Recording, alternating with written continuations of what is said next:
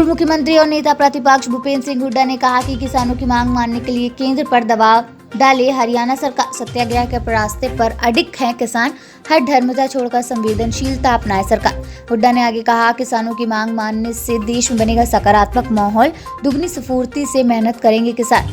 गेहूं की खरीद जारी रखे सरकार, बकाया राशि का करे भुगतान। कांग्रेस ने कुछ राज्य विशेष रूप से गुजरात में कोविड-19 से होने वाली मौतों की संख्या कम करके दिखाने का शनिवार को आरोप लगाया और केंद्र एवं राज्य दोनों सरकारों से स्पष्टीकरण की मांग की।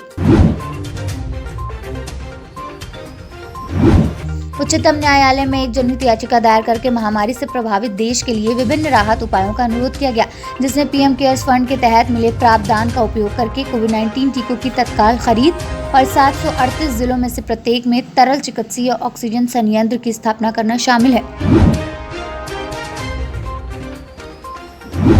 राज्यसभा सांसद दीपेंद्र सिंह हुड्डा ने कहा कि कोरोना की गंभीरता को देखते हुए पूरे प्रदेश में गांव स्तर पर कोविड सेंटर्स बनाए।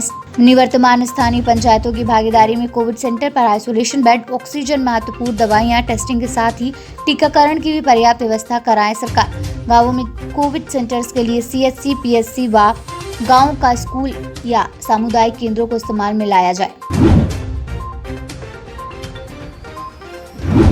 उत्तर प्रदेश में एक बार फिर लॉकडाउन की अवधि बढ़ा दी गई। पहले यह 17 मई तक थी, अब जिसे बढ़ाकर अब 14 मई तक के लिए कर दिया गया। शनिवार शाम योगी मंत्रिमंडल की बैठक में ये फैसला लिया गया।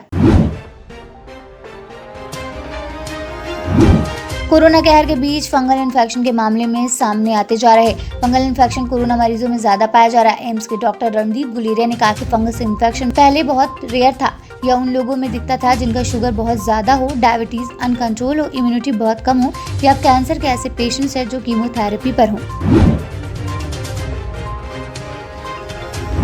उत्तर प्रदेश के जौनपुर स्थित सोंधी ब्लॉक के लपरी गांव में त्रिस्तरीय पंचायत चुनाव के बाद से अब तक करीब 20 लोगों की सांस फूलने और बुखार व पेट दर्द से मौत हो चुकी, लेकिन स्वास्थ्य विभाग इस खबर से बेखबर है। जानकारी के मुताबिक पंचायत चुनाव के बाद से लपरी गांव में अब तक हुई करीब 2 दर्जन लोगों की मौत से गांव में खौफ का माहौल है। भारत में कोरोना के संक्रमण के सेकेंड वेव ने बहुत से लोगों के मन में डर बिठा दिया। भारत के बहुत से पेशेवर, बिजनेस प्रमोटर और रईस लोग अब अपने परिवार के साथ विदेश में बसने का प्लान कर रहे। कोरोना संकट के दौर में अस्पताल में बेड नहीं मिल पाने, ऑक्सीजन सिलेंडर की महामारी और जीवन रक्षक दवाओं की कमी जैसे मसलों की वजह से देश के रईसों का भरोसा डिगने लगा है। भाजपा नेता देवेंद्र फडणवीस ने महाराष्ट्र में कोविड-19 महामारी की स्थिति को लेकर शनिवार को कांग्रेस अध्यक्ष सोनिया गांधी को लिखे पत्र में कहा कि उन्हें उन राज्यों को जहां उनकी पार्टी सत्ता में यह सलाह देनी चाहिए कि कैसे कोविड-19 से निपटा जाए।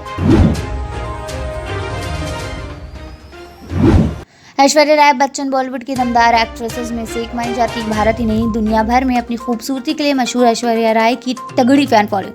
हालांकि करियर के शुरुआती दिनों में उनकी नेपाली ब्यूटी कहे जाने वाली एक्ट्रेस मनीषा कोइराला से जबरदस्त लड़ाई हो गई थी।